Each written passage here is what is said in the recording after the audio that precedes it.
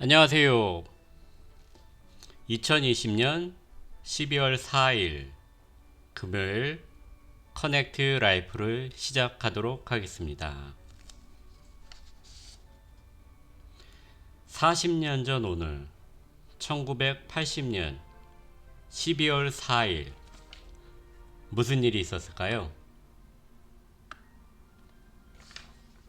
오늘은 경향일보, 경향신문 한번 보도록 하겠습니다. 일면에는 대일 관계 전면 재검토라고 일본과의 관계가 지난주와 같이 잘 진행되지 않는 모습이 나와 있고요. 그 다음에 12월 4일, 40년 전 12월 3일하고 4일 날에 한국에 폭설이 내렸습니다. 그래서 제가 보내드린 그림 보시면요. 녹색으로 이렇게 바가 되어 있는 그 안에는 행정자치부 국가기록원에서 나온 자료인데요. 1975년 경복궁 경의루 스케이트장에서 휴일을 즐기는 시민들의 모습입니다. 저는 여기서 한 번도 스케이트를 타본 적이 없는데요. 경복궁 경의루에서 스케이트를 타보신 분 분명히 계실 거라 믿습니다. 바로 그 옆에는 한강에서 얼음을 채빙하는 건데요. 1950년대만 해도 한강에서 채빙한 얼음을 우리가 먹었다 그럽니다. 식용으로 사용할 수 있을 정도로 한강의 얼음이 깨끗하였다고 합니다. 그 밑에 보시면은 청개구리라고 김판국 씨가 그린 만화가 있는데요. 집 앞에 나와서 미끄러졌는데 일어날 쯤 돼서 또 미끄러지고 또 미끄러지고 마지막 네 번째 밑에 그림 보시면은 결국 미끄러져서 도착한 곳은 회사라는 그 당시에 폭설에 대한 내용입니다. 거기 보시면은 왼쪽 하단에 신문에 보시면은 폭설과 함께 한파 기승이라고 나와 있는데요. 이때 지하철 만원소동 기가 못한 시민들 발만 동동 굴렀다는 얘기가 있고요. 수은주는 극강하에서 서울은 영하 9.6도, 청주는 영하 11도, 대관령 쪽은 영하 14도, 그 다음에 전방은 영하 25도를 기록했고요. 전국적으로 12월 3일부터 앞이 안 보일 정도로 내리기 시작한 한방문으로 인해서 오후 3시부터 또 영하로 기온이 급강하면서 3일 저녁과 4일 아침 출퇴근 시민들이 큰 불편을 겪었다고 합니다. 눈의 양은요, 서울은 9.8cm, 그 다음에 호남 서해안 지방은 19cm, 12cm, 11cm, 광주는 24cm 정도의 눈이 내렸다고 합니다. 여기 LA에선 눈이 보기 참 힘든데요. 눈을 봤으면 좋겠습니다. LA에서 눈을 본다고 하면은 안 좋은 건가요? 안녕하세요. 갈보리 믿음교회 커넥트 라이프 시작하도록 하겠습니다. 오늘은 성경시대 구약과 신약 사이에 무슨 일이, 오늘은 성경의 배경 중에서 예배의 장소, 성전에 관한 내용입니다. 제가 보내드린 그림을 보시면요, 성전에 관한 그림이 있는데요. 첫 번째 성막에 대한 그림이 있습니다. 성막은 성막들과 성소와 지성소 이렇게 3중 구조로 되어져 있고요. 그 앞에 물두멍이 있고요. 물두멍은 제사장들이 성소에 들어갈 때마다 몸을 씻는 노수로 만든 대야입니다. 그리고 그 앞에 번제단이 있고요. 번제단은 제사장들이 백성들이 가져온 제물을 이곳에서 태우고요. 뿔 사면에 동물의 피를 뿌리게 됩니다. 제가 보내드린 그림을 보시면은 제1성전, 제2성전, 제3성전이라고 나와 있는데요. 보통 학자들이 많이 구분을 합니다. 제1성전 시대, 제2성전 시대, 제3성전 시대라고 구분을 하는데요. 제1성전 시대는 우리가 잘 알고 있듯이 솔로몬이 지은 성전입니다. 솔로몬이 지은 성전은 정말로 컸습니다. 솔로몬은 당시에 최고의 물자와 최고의 건축 기술로 이 성전을 짓기 시작하였었고요. 한 개였던 물두멍이 금초대, 떡상 10개로 늘어났고요. 바다라는 큰 물탱크를 세웠습니다. 그리고 하나님의 세우심과 능력을 상징하는 두 개의 녹기둥을 성전 앞에 세웠죠. 야긴과 보아스라고 하였었죠. 그런데 하나님은 이스라엘 백성이 하나님의 말씀대로 살지 않으면은 하나님의 이름을 둔 성전이라도 내던져 버릴 것이라고 말씀하셨습니다. 결국 이 아름다운 성전은요, 이스라엘 백성의 불순종으로 기원전 586년 바벨론의 3차 침공 때 완전히 파괴되고 말았습니다.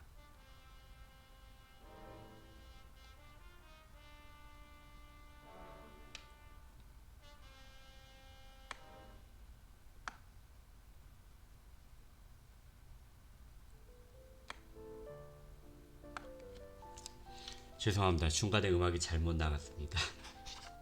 자, 이제 제2성전이 있는데요. 제2성전은 수룹바벨 성전이라고 하는데요. 이스라엘 백성들이 바벨론으로 포로로 끌려가고 난 다음에 페르시아 제국이 그 바벨론을 대체하죠. 그러고 나서 페르시아의 고레스 왕이 이스라엘 백성들을 예루살렘으로 돌려보내는데요. 이때 건축 지휘를 맡았던 사람의 이름을 따라서 이 성전을 학자들은 보통 수룹바벨 성전이라고 합니다. 첫 번째 성전인 솔로몬 성전에 비해서 너무나도 초라했지만 하나님은 이 성전을 통해 큰 복을 주실 것을 약속했습니다. 근데 하나님을 올바로 믿지 않고 말씀대로 살지 않는 이스라엘은 계속해서 다른 나라의 지배를 받았고요. 기원전 167년 성전은 시리아의 안티오쿠스 4세에게 크게 모독을 당하게 됩니다. 그 다음에 제3 성전 시대라고 하는 헤롯 성전이 있는데요. 이거는 에돔의 나중의 이름인데요. 에돔 출신이었던 헤롯 대왕이 자신을 경멸하는 유대인들의 마음을 사기 위해서 기원전 20년 성전 건축을 시작했습니다. 9년간의 건축으로 외관은 완성을 했지만요. 헤롯 대제가 죽을 때까지 성전은 완공되지 않았고요. 예수님 시대에도 성전 건축 공사는 조금씩 계속 되어졌다고 합니다. 헤롯 성전은 앞에 두 성전에 비해서 규모가 엄청나게 컸습니다. 가장 웅장하게 만들어졌지만 예수님은 성전이 도리에 돌아다 남지 않고 무너질 거라고 말씀하셨고요. 그리고 예수님의 말씀대로 서기 63년에 완공된 성전은 서기 70년 로마의 티투스 장군에 의해 현재 통곡의 벽 부분만 남기고 완전히 파괴되고 맙니다. 제가 보내드린 그림에 보시면은 여인의 뜰도 나오고요. 그 다음에 뒤쪽에 가장 이렇게 뿔쑥 튀어나와 있는 게 제사장들이 제사를 지을 수 있도록 나와 있는 겁니다. 여인의 뜰이라고 제가 화살표로 그림으로 표시를 했고요. 그 옆에 이스라엘 제사장의 뜰이 있고요. 그 밑에 성소와 지성소가 있습니다. 짧은 설명이라서 어느 정도 도움이 되셨는지 모르겠는데요. 이 그림들을 차분히 나중에 보시면서 혹시 물음이 생기시는 거 있으시면은 저희 교육자들한테 물어보시면은 대답해 드리도록 하겠습니다.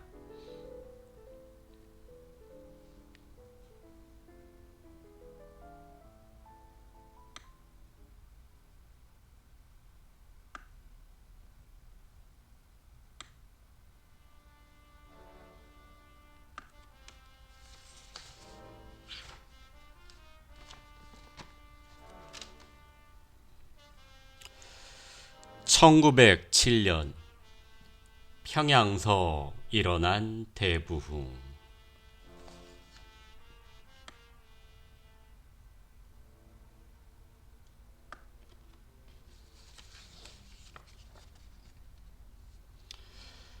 (1903년) 원산에서 시작된 부흥의 불길은 평양, 개성, 서울, 목포 등지로 확산이 되고 1907년 1월에는 평양 대부흥으로 발전하게 됩니다. 대부흥은 갑작스럽게 나타난 현상이 아니었습니다.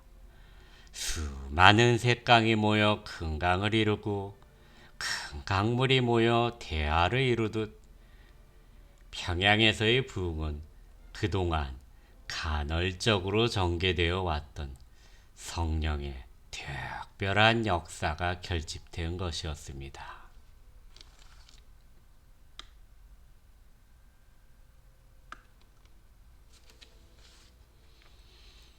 그해 1월 2일부터 15일까지 평양의 장대영 교회에서 평안남도 도사경회가 개최되었습니다.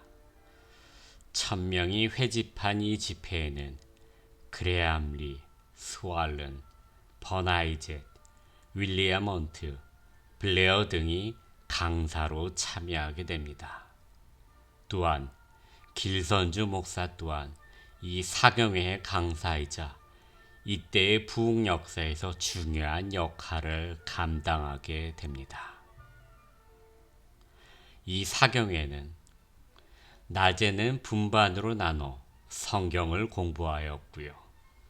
저녁에는 대중 집회 형식으로 모였습니다. 1월 6일 시작된 저녁 집회에는 1,500명이 참석하였다고 합니다. 당시 평양의 겨울은 영하 30도까지 내려가는 엄동설한이었으나 집회는 계속되어집니다.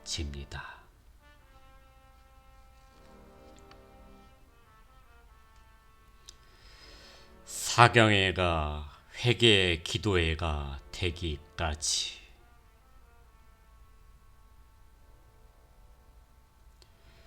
처음부터 성령의 역사가 나타난 것은 아니었습니다. 때로 분위기는 냉담했고요. 알 수 없는 불안이 엄습하기도 했다고 합니다. 이런 가운데 1월 12일 밤 블레어 선교사가 고린도전서 12장 27절을 본문으로 우리는 그리스도의 몸이요 그의 한 지체라는 제목으로 설교했을 때 성령님의 역사가 나타나기 시작하였다고 적고 있습니다. 그 다음 날은 더욱 분명했습니다. 영적인 분위기가 회중을 압도했고 길선주 전도사, 이때는 전도사였습니다. 길선주 전도사가 맛을 잃어버린 말라빠진 사람들아 라고 외치며 신자다운 삶을 살지 못했음을 설교했을 때 회개의 기도가 터져 나오기도 했습니다. 14일 정오에는 정오 기도회를 열고 성령님의 역사를 간구했습니다. 오늘 우리가 평양 대부흥이라고 부르는 성령님의 강권적인 역사는 사경의 마지막 날인 14일과 15일에 일어났습니다. 14일 저녁 길선주 전도사는 회중 앞에서 1년 전 세상을 떠난 친구로부터 재산을 관리하도록 부탁받았으나 그 일부를 개인적으로 사치했던 죄를 모든 회중 앞에서 고백하게 됩니다. 이 고백이 회개의 역사를 불러일으켰고 평양 대부흥의 내적인 원동력이 되었다고 쓰고 있습니다. 길선주 전도사의 회개에 이어 청일전쟁 당시 자기 아이를 죽였던 한 여인이 살인의 죄를 고백하게 됩니다. 이때부터 죄의 고백은 계속되었고 수많은 이들이 은밀한 창고 속에 숨겨두었던 죄를 하나씩 고백하기 시작합니다. 회개의 기도는 바다에 있는 파도 소리 같았습니다. 김양서는 이렇게 기록합니다. 인간이 범할 가능성이 있는 모든 죄는 거의 다 고백되었다. 사람의 체면은 이제 다 잊어버리고 오직 이때까지 자기들이 배반하던 예수님을 향하여 주여 나를 버리지 마옵소서 라고 울부짖을 뿐이다. 국법에 의해 처벌받는다든가 또 바로 죽임을 당한다 하더라도 문제가 아니었다. 다만 하나님의 용서를 받는 것만이 그들의 유일한 소원이었다라고 김양서는 적고 있습니다. 장대영 교회에서 일어난 부흥의 역사는 평양 전역으로 퍼졌고 교파를 초월하여 다른 교회로 그리고 학교로 확산되기 시작합니다. 부흥의 불길은 곧이어 타 지방으로 번져갑니다. 그레암 리에 의해 선천으로, 스왈론에 의해 광주로, 윌리엄 헌트 선교사에 의해 대구로 전파가 되게 됩니다. 길선주 전도사는 의주와 서울로 갔습니다. 또 평양신학교의 학생들에 의해 부흥의 소식이 전국 각지로 전파되기 시작됩니다. 부흥의 역사는 신의주, 선천 등 북한 지역과 대전, 공주, 대구, 목포 등 남한의 다른 지역으로도 점차 확산되어져 가게 됩니다.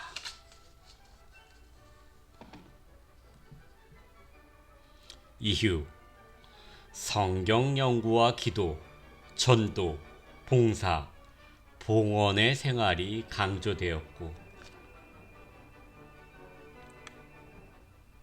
사경회가 열리는 곳에는 공개적인 회개와 더불어 영적인 변화가 일어났다고 합니다.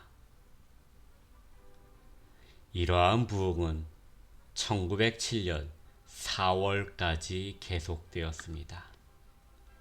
다음 해인 1908년에는 만주와 중국으로도 확산되었습니다. 이때의 부흥은 한국교회의 수적인 성장과 내적인 신앙 성숙을 가져왔습니다. 또한 전도운동과 선교운동으로 발전하였고요. 사회 변혁에도 영향을 끼쳤다고 합니다. 특히 1903년 이후 1907년에 평양 대부흥과 전국적인 대부흥은 교회 연합 운동을 가능하게 하였고요. 한국교회의 성격을 만들어가기 시작합니다.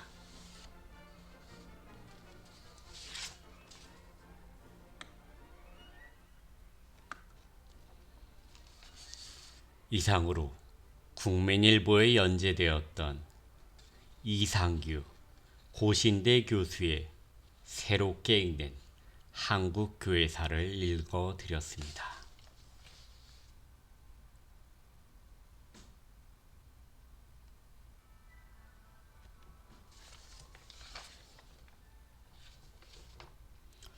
크리스마스 어떤 것이 생각이 나시는지요?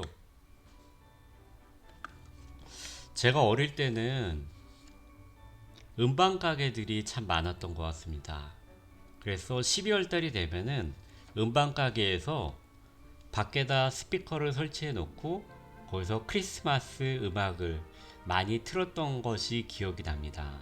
그래서 어릴 때는 12월 달이 되면은 동네 어디를 가든지 크리스마스 음악을 들을 수 있었고요. 교회에서 크리스마스 전날 밤이 되면은 중등부, 고등부 학생들은 캐롤송을 돌기도 했었고요. 그때 권사님들은 캐롤송을 돌러 그 추운 저녁에 온 학생들에게 먹을 음식들을 나눠 주었던 것이 생각이 납니다. 12월 25일 이제 다가오고 있는데요.